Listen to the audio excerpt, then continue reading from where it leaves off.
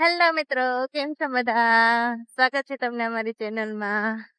તો આજે અમે જઈએ છીએ ન્યુઝીલેન્ડમાં સ્વામિનારાયણના શાકોત્સવમાં. તો જો કે અમે અત્યારે ચાલીને જઈએ છીએ અને અત્યારે ધૂમ તડકો છે. અત્યારે અમારે અહીંયાના આમ કયો ને કે 5:30 વાગ્યા છે, પણ તમે જો